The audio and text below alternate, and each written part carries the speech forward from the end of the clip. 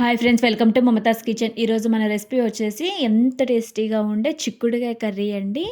ఒక్కసారి ఈ టమాటా చిక్కుడుగాయని ట్రై చేయండి. మీ ఇంట్లో చాలా బాగుంటుంది. చపాతీలోకి, అన్నంలోకి చాలా ఇష్టంగా తింటారండి. అందరికీ ఫేవరెట్గా ఉంటుంది కదండి చిక్కుడుగాయ కర్రీ అనేది.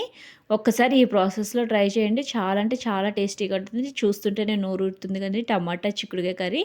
మనం ముందుగా అయితే ప్రాసెస్లోకి వెళ్ళిపోదాం. ముందుగా స్టవ్ మీద ఒక గిన్నె పెట్టి డీప్ ఫ్రైకి సరిపడా ఆయిల్ వేసి హాఫ్ టేబుల్ స్పూన్ జీలకర్ర, ఒక ఆనియన్ని కట్ చేసి పెట్టుకొని యాడ్ చేసుకోండి. మీకు ఆనియన్స్ అనేది సాఫ్ట్గా అయితే సరిపోతుందండి. ఇలా అయితే సరిపోతుంది. మీరు ముక్కలుగా చేసుకొని కడిగి పెట్టుకున్న చిక్కుడుకాయ ముక్కల్ని యాడ్ చేసుకోండి. ఇలా మొత్తం పొట్టు అంటే ఇప్పుడు కొంచెం చలికాలం కంటే పురుగులు ఉండేది కూడా ఉంటుంది కాబట్టి కొంచెం ఓపెన్ చేసుకొని చూసుకొని తుంచుకొని అంతా మొత్తం క్లీన్ చేసుకొని వాష్ చేసుకొని యాడ్ చేసుకోండి. అందులోనే పసుపు, మీకు టేస్ట్‌కి సరిపడా సాల్ట్ అనేది కొద్దిగా వేసుకోండి. తర్వాత కొంచెం వేసుకుంటే మీకు సాల్ట్ అనేది మీకు చూసుకొని వేసుకోండి, యాడ్ చేసుకోండి. నేనైతే ఇప్పుడు కొద్దిగా వేసుకుంటున్నానండి. ముక్కలు అనేది సాఫ్ట్‌గా కుక్ అవ్వాలి కాబట్టి, సాఫ్ట్‌గా ఉడకాలి కాబట్టి. పచ్చివాసన పోయే వరకు ఉడికించుకోండి. మూత అనేది ఏం పెట్టకూడదు. ఇందులోనే కొద్దిగా అల్లం వెల్లుల్లి పేస్ట్ వేసుకొని ఫ్రై చేసుకోండి.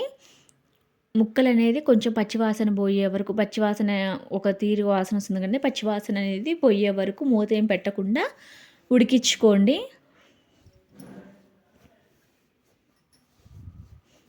ఇలా మొత్తం కొంచెం ఫ్రై అయ్యి ఇట్లా ఉడికిపోయిన తర్వాత అందులోనే మనం కట్ చేసి పెట్టుకున్న ఒక 4 టమాటాలు, పండు టమాటాలని యాడ్ చేసుకొని మొత్తం గరిటెతోని ఒకసారి కలబెట్టేసి కుక్ చేసుకోండి. సాఫ్ట్గా అయ్యే వరకు ఉడికిపోతుందండి.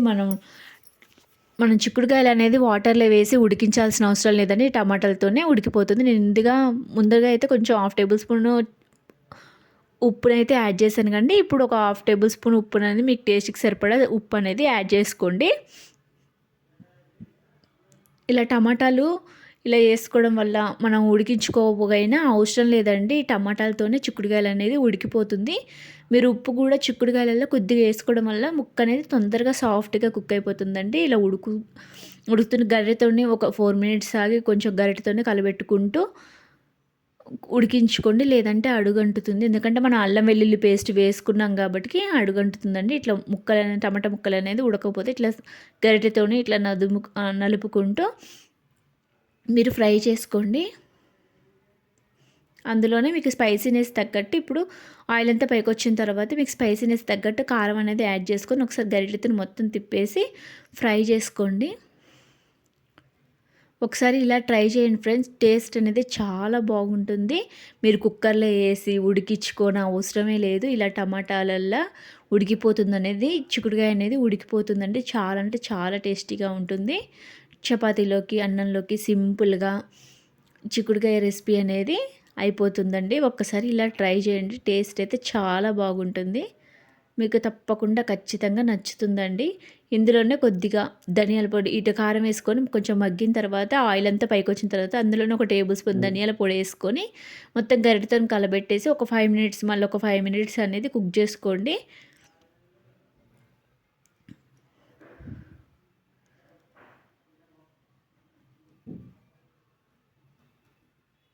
చూసారు కండి, చూస్తుంటేనే నోరూరిపోతుంది. ఎంత టేస్టీగా ఉంటుందండి. అందరికీ ఇష్టమయ్యే ఉంటుంది. చిక్కుడుకాయ కర్రీ అనేది మీకు ఇష్టమా లేదా అనేది కామెంట్ చేసి చెప్పండి. మీకు ట్రై చేసి మీకు కర్రీ అనేది ఎలా వచ్చిందో కామెంట్ చేసి చెప్పండి ఫ్రెండ్స్. అలానే సపోర్ట్ చేయండి, సబ్స్క్రైబ్ చేసుకోండి. చపాతీలోకి, అన్నంలోకి చాలా టేస్టీగా ఉంటుంది. తప్పకుండా ట్రై చేసి మీకు ఎలా వచ్చిందో కామెంట్ చేయండి, సబ్స్క్రైబ్ చేయండి, సపోర్ట్ చేయండి. నెక్స్ట్ వీడియోలో కలుద్దాం.